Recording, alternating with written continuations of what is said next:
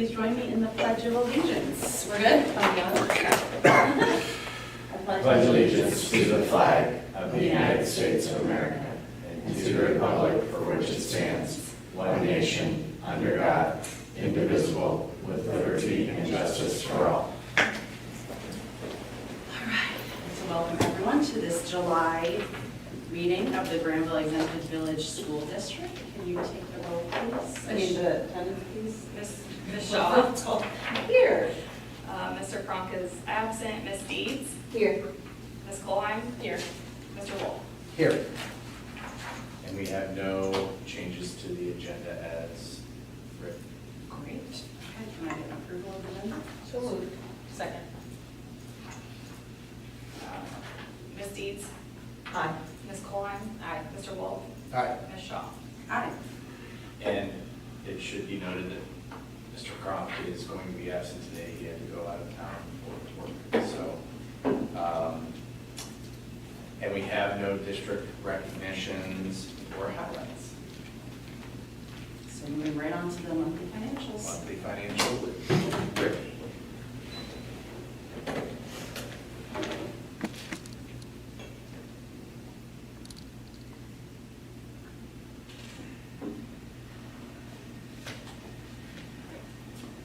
While she's getting set up, we could highlight the fact that, the 4th of July was a huge success for the Kiwanis group, but our football team supported activities of cleaning up garbage, and our music department shined on the stage once again. So congratulations to Kiwanis for another wonderful 4th of July event.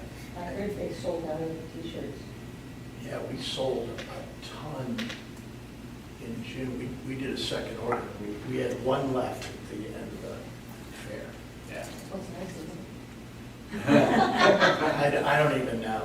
Say I did it, I did auction it off to Oh, yeah. Kevin wanted to do it for us, yeah. And thank you to the school for all their assistance as well for Carneyville at the high school. We always appreciate, and for the use of the bleachers. Yes, no problem. We also use the elementary for the Firecracker 5, which, God bless those people that want to run 5 miles in 85-degree weather that's humid.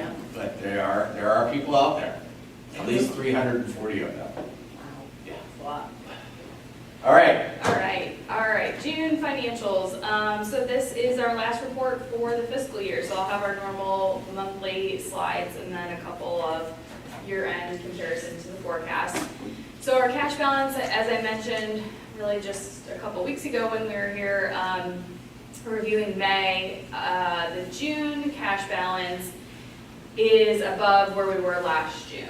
So every month this year we were lower than prior year due to the capital projects fund transfer, which occurred in June of last year, and we have now caught up with where we were last year, which is where we expected to be. So looking at revenue for the month of June, so typically we don't have anything under the local tax category, but we did receive that payment for property taxes that were paid for the second half that they did not include in our initial settlement. They did end up paying that to us prior to June 30th, so we appreciate that. And then state revenue, prior year included some year-end adjustments. You'll see on the next slide that year-to-date state revenue is actually up over prior year, so that's more just a timing of kind of when things are paid. So looking at first local taxes over prior year, that large 1.4 increase, most of that is related to the income tax, which is up 12% over prior year. And then a smaller portion of that is related to incremental increase in property tax with inside millage, new construction, those things, as well as some timing. So with that payment that they made in June, it was slightly higher than we anticipated. I suspect that they included in their payments that came in after the settlement date as well, so that's going to just kind of be a timing between fiscal years. On the expenditure side, we are in alignment with prior year on salary and benefits. Purchase service, last June, due to the transition with custodial contractors, we did not have a custodial payment in the month of June, so that's kind of skewing that. And then further, this year, we have 2 electric payments that are hit in June, so that's causing a timing issue in purchase service. And then, of course, all of their expenses the prior year included that capital projects transfer. So comparing year-to-date expenditures, our typical and anticipated base salary and step increases there. The continuation of purchase service increases that we've seen all year with the custodial increase, other repairs and maintenance costs being up, and utilities are largely driving that purchase service increase. After adjusting for the capital projects transfer, expenditures are up this year just over $2 million over prior year. So looking at how that compares to the forecast, it says cash flow on the slide. That is actual expenditures at this point for the year. And then the forecast projections is obviously the forecast. So this first slide is just showing revenue. So our revenue came in $376,000 higher than what we anticipated. That's really in 2 categories. The first being all other operating revenue, which was mostly interest earnings continue to be up, even above what we forecasted in February. And then the other is under advances in, and that was related to the advance that we did back in November, I think, with the bond retirement fund. And I just didn't have it in the forecast. So that doesn't actually impact our cash balance because it was also missing on the expenditure side. So those 2 just kind of offset. Then same thing, except just looking at expenditures here. And if you look at the variance column, there are variances in all 4 of our major categories. And I really expected that this year because of the forecast being in February versus May. It's a lot harder to project, 4 or 5 months at that point versus 2. So that was anticipated, and we'll probably continue to see that into the future. But the good news is some of those categories were up and some of them were down. So in total, our expenditures were only up $194,000 compared to the forecast. So combining the 2 variances on the revenue and the expenditure side, that increases our cash balance by $182,000 over what we had forecasted. So that changes our days of cash from just under 111 days of cash to just over 112. So perfectly within our cash balance policy at this point of 9,260. Looking at an update of our capital projects fund, we are slowly making progress on the air handler projects.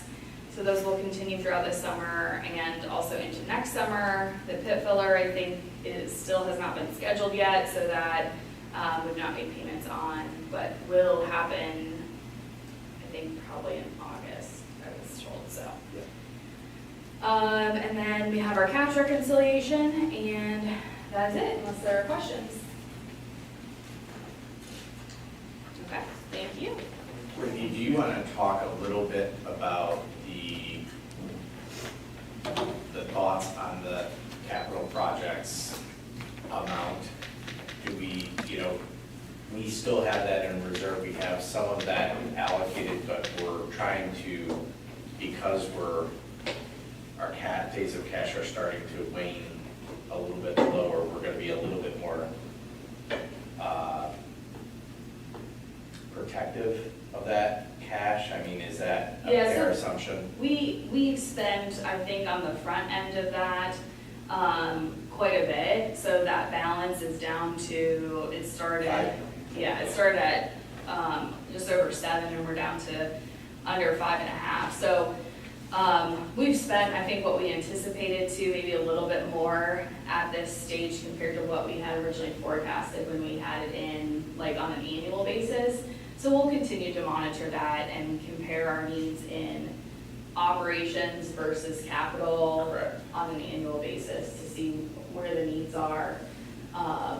And also keeping in mind that our permanent improvement fund does generate more revenue with inflation because it's funded with inside millage. So we'll just continue to look at that and keep that in mind. But this would just be a one-time One-time. infusion of funds, so it's Correct. not going to save us. Right. Like, it's $5 million that, that we could spend on in 1 year on operations or capital, but it's not going to It's not really gonna move the needle solve in a any deficit systemic spending cycle. situation. Yeah, So, okay. yep. Yep, good to know. Okay. All Excellent. right, any other questions? All right, we're now at the, sorry, this was far away. We're now at the portion of our meeting where we take public comments. If anybody would like to step up to the microphone for 3 minutes, please come on up. Seeing as there are none, let's move on to board discussion. Big shocker. Yeah. The only thing that I would highlight in board discussion is really that the intent of this meeting is to try and resolve any hiring issues that have come up.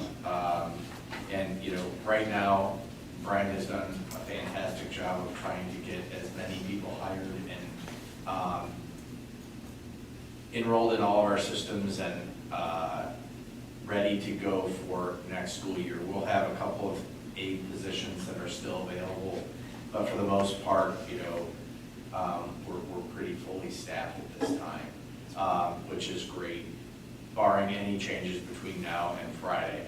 Friday, July 10th is the deadline for a staff member to let us know if they're returning or not. So most people have made that determination already, but I'm pleased with the quality and the amount of people that we're bringing into the organization. So just wanted to highlight that. Thank you, Brian.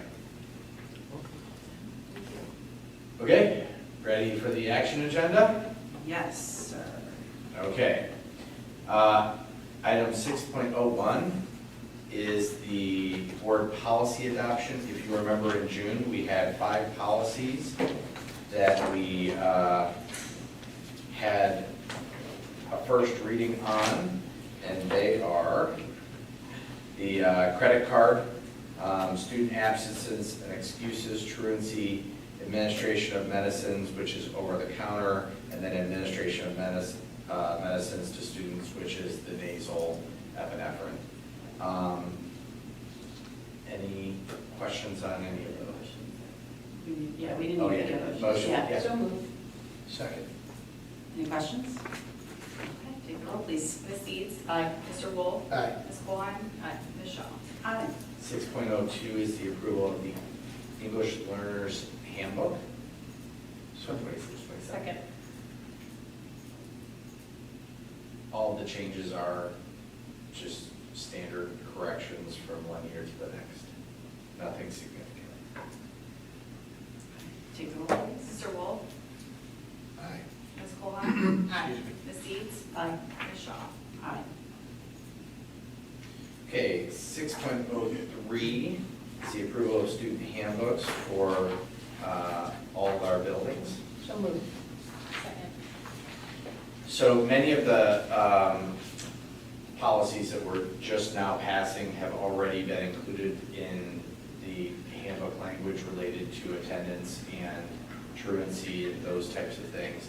We also made a change to the PCV policy to make sure that it is crystal clear, you know, when students are to have their cell phones or not. And it is, you know, in alignment with the state of Ohio from a restriction standpoint. So that change has been included. There are other tweaks, but nothing substantial that, and you know, you've had advanced copy of those documents. really the things that I've mentioned are the ones that are, I believe are core. Mhm. Questions? Take roll, please. Ms. Deeds? Aye. Ms. Colon? Aye. Mr. Wolf? Aye. Ms. Shaw? Aye. Okay, 6.04 is the approval of the gifted handbook for 26-27. So moved. Second. Is this a required, like a state required to have a separate handbook, or does it just work with us? We are required by policy to have an acceleration policy and a gifted policy. So we put that all into our gifted handbook. So it's kind of a, just like the student handbook, it's kind of a further articulation of what our policies and procedures are.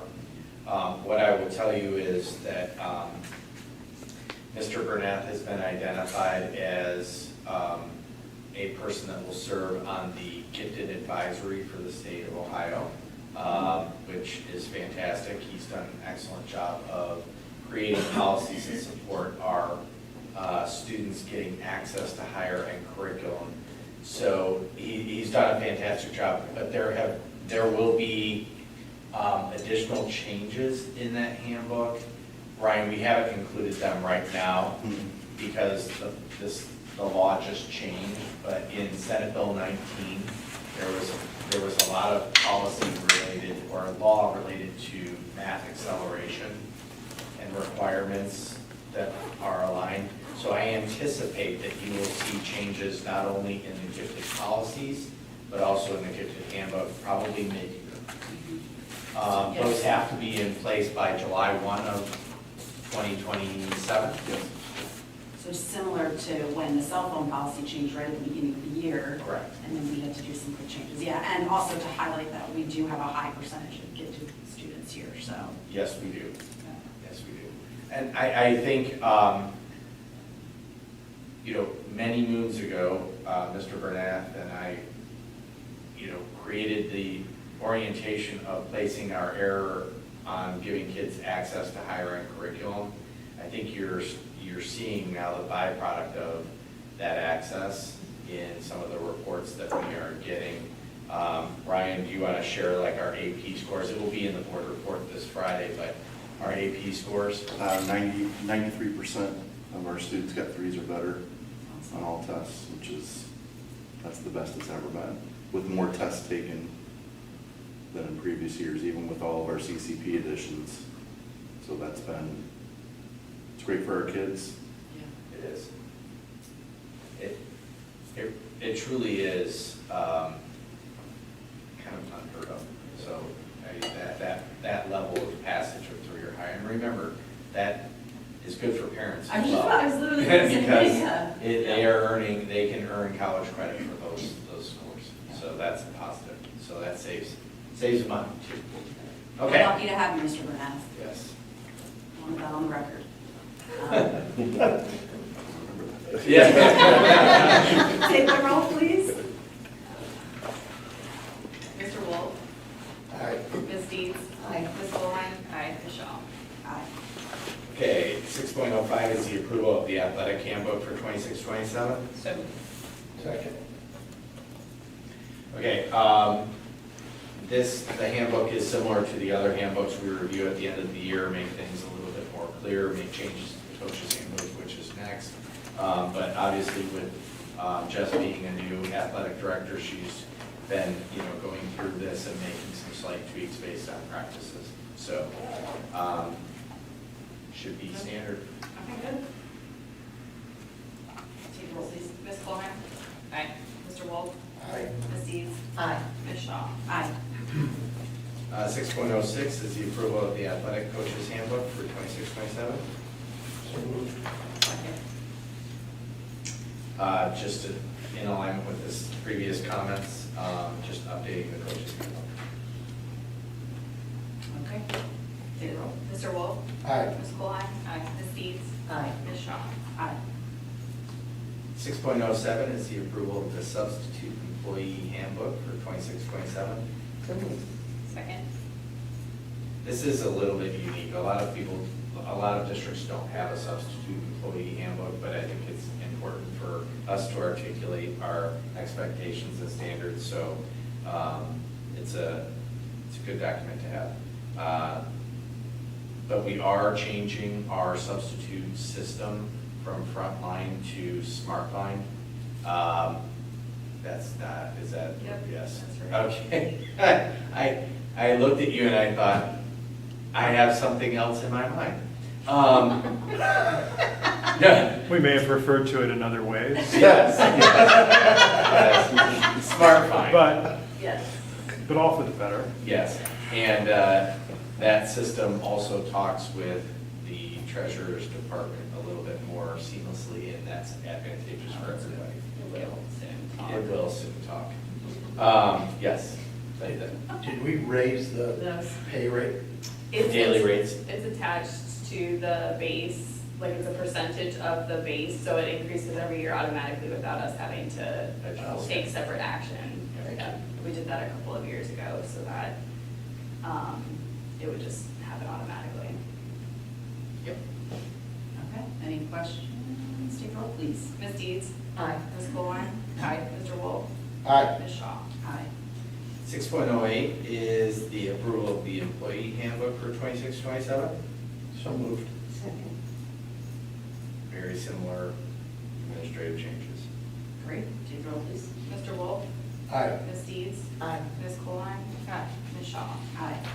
6.09 is the approval of the emergency closure plan for 26-27. So moved. Second. So as you're aware, by August 1st, we have to adopt this plan for the following year. So we tend to approve it in this meeting. And it is something that the association has to sign off on. They've signed off on it. And it is exactly how it was last year. After 3 days, the fourth day, we can employ remote learning days and get credit for those days so that we don't have to make up days. Okay. Take roll, please. Ms. Colwine? Aye. Ms. Deeds? Aye. Mr. Wolf? Aye. Ms. Shaw? Aye. 6.10 is the approval of the contract with the Ohio School Plan for 26-27. So moved. Second. The Ohio School Plan is our general liability, proper cyber, and pollution coverage or carrier. Okay, any questions? Take roll, please. Mr. Wolf? Aye. Ms. Deeds? Aye. Ms. Colwine? Ms. Shaw? Aye. Thank you. The consent agenda, 7.01 through, should have had that listed. 7.15. So moved. Second. Okay, so we have a lot of hiring taking place, mostly in the area of supplementals. But most of there's nothing out of the ordinary for the consent agenda items. Maybe the stipends that are being paid out for our OBI instructors, snow removal, and LPBC clerk. So other than that, they're pretty typical items.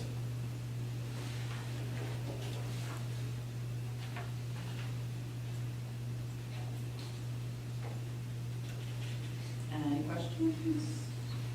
I can give you a minute.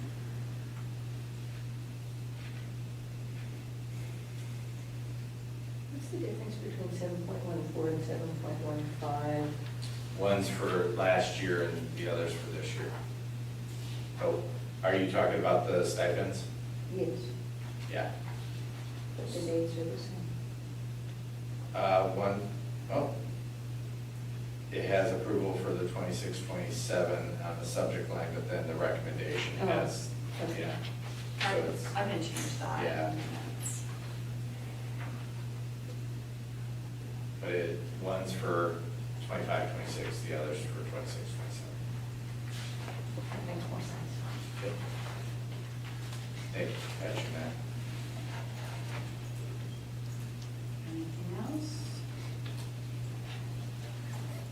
All right, take the roll, please. Ms. Deeds? Aye. Ms. Colwine? Aye. Mr. Wolf? Aye. Ms. Shaw? Aye. Thank you. Item 8.01, approval of a resolution to approve the return of fund advances. So moved. Second.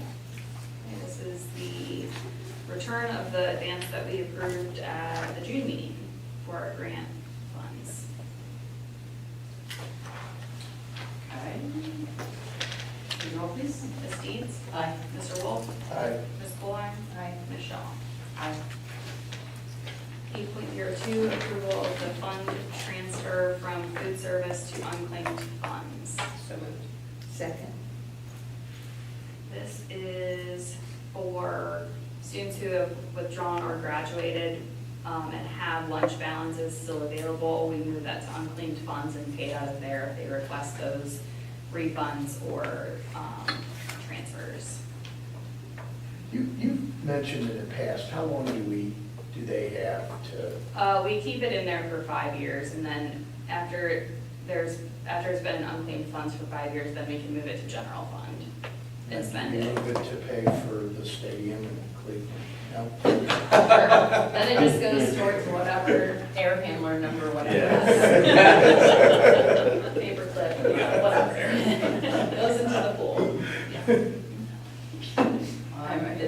Just for the record, we're not $2,000 does doing not go pool. far for an air. We're not, I didn't say pool, I said into the pool. Yeah, I know. The- Oh. Yes. Not A, dude. No, there will be Just for the no record. pool, no No pool. pool. Thank you for clarifying. Okay, but are we, Take it away. Ms. Colheim? Aye. Ms. Deeds? Aye. Mr. Wolf? Aye. Ms. Shaw? Aye. Item 8.03 is approval of the fund transfer from general fund to food service to cover bad debt, which is negative lunch balances. So moved. Second. So this is kind of the opposite, students who have withdrawn or otherwise left the district who had negative accounts, and we have to cover that with general fund every year.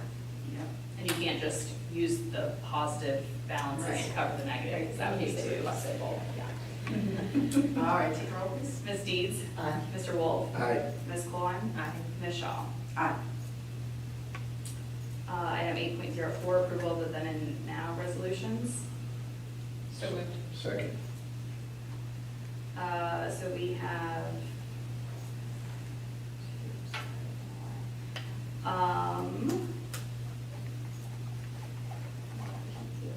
so we have two.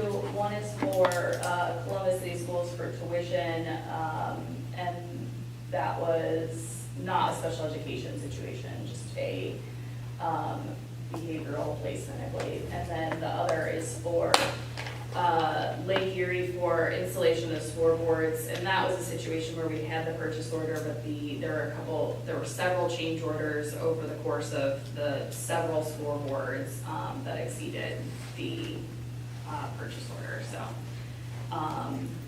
we have to approve that separately. All right, any questions? Take a roll, please. Mr. Wolf? Aye. Ms. Deeds? Aye. Ms. Colheim? Aye. Ms. Shaw? Aye.